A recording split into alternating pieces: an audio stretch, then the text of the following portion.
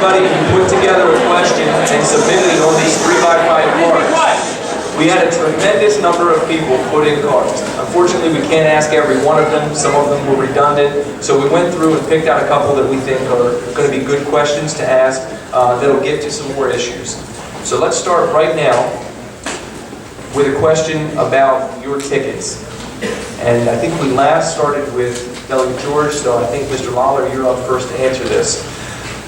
Can you tell us about your running mate, why you chose them, and what they bring to your ticket? Ken Timmerman, solid individual.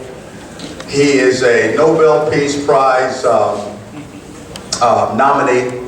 He is an investigative reporter. He wrote for just about every major paper in the country. He is not just a community leader, but a father, a husband, Montgomery County citizen that just moved over to Frederick County and was the Republican candidate in the 8th representative for Congress against Chris Van Hollen. What this gentleman brings to this ticket, I could not have picked a better running mate for what needs to be done in the state of Maryland, specifically what Ken brings to the table. We're looking at a state that's ranked 12th in terms of corruption. We're looking at a state that's spending over $36 billion with a B and growing. You can't tell me there's not enough waste to go around. And the audits, specifically the external ones that I've called for, that's on our plan, you will have a working lieutenant governor. Not one that comes in to pose for pictures, make his way and talk a lot and waste a lot of money on a healthcare website. Instead, you're going to have one that is investigative, that's hard-nosed, that's going to help lead me to bring your state back and your revenues back so we can find the savings we need to pass the Taxpayers' Bill of Rights, to eliminate the personal income tax. The things that we're doing going forward that's going to focus on transparency, Ken Timmerman will be the guy to get it done. Thank you. Gentlemen, if I can just clarify, we were going to do these as 30 seconds and I didn't make that clear, so we're going to give each of you a minute and a half to answer this question, but then on all the other questions it'll be 30 seconds to respond. So Mr. Vaeth, you're up next. Okay. My Lieutenant Governor, Mr. Dwayne Shorty Davis over there, I met that man while we were both fighting our cases for courts in Baltimore City and fighting the arrogance and the ignorance. I found him to have just more integrity than I've seen out of anybody. He was doing his fight and taking his fight for the people for free.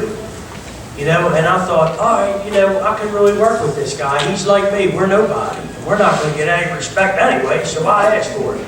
So we've been filing cases at the court. We're trying to hold the grand jury, you know, to investigate our cases and have them do that right. They've taken that right from us.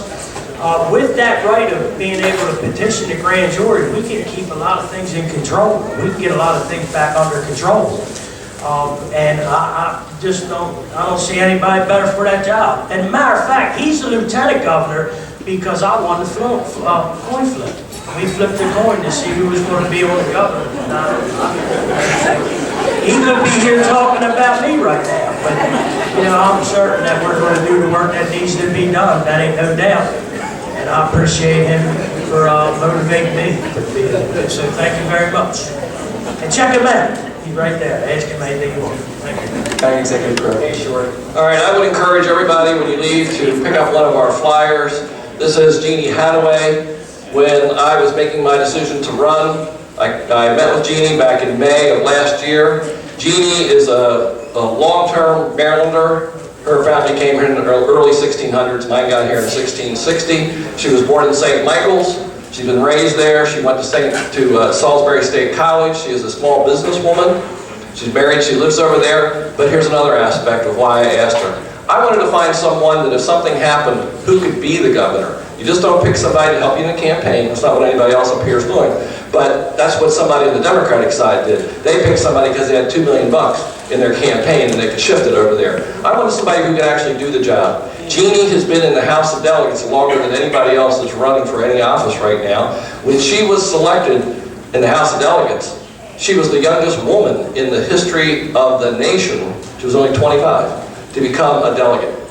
and she has won the last 2 elections. And I talked to her and said, you can have a safe seat for the rest of your life, but I'd love for you to join, make your personal decision. 30 days later, she came, she said, yes, I do want to run with you because you can win and you can be a great governor. So we have a good team, 43 years of experience, and this is how well respected she is. The Women's Caucus selected her as their chairwoman, and that is 2/3 Democrat and 1/3 Republican. That's how much she is respected in the House of Delegates. Delegate George. Yeah, it was important to me to select someone that is not a career politician, someone who had a life, who's been out there and been successful, who's created their own success, that individualism, that entrepreneurship. And I looked all across the state and I had great candidates, and I kept telling the press I'm going to wait till the last day to announce this person. And I found her. Shelley Alloy is from the Frederick area. I told you she was a teacher at the university level, at the high school level, the middle school level. She has her degrees in science and math. Let me tell you a little bit more about her. She was the first woman to cultivate AIDS in a lab. She did it at Fort Detrick, and she was the first woman to do that. This person's been out there and she works hard. Not only that, she's volunteered around the world. I did volunteer work in New York. I saw kids pushed out on the street. I saw a young woman forced into prostitution, forced into drugs and then prostitution. I wanted someone to understand how it is for the most difficult people in our society. And as Republicans, yes, I have answers to help them and get them and to empower them, not make them dependent. Shelley Alloy gets it. She was an older woman for 4 years, these past 4 years, from Frederick. Now, she was the only Republican. She knew how to work with people, she held her ground, and she got things done. That's important to me. And she's a fighter, and I hope you don't mind my saying it, but she was Karate Illustrated woman fighter from the Southeast, #1 women's fighter from the Southeast region. So she's done it all. She works hard and she's been successful. And it wasn't until these last 4 years she decided to give back. This is sacrifice. We're not career politicians. Thank you.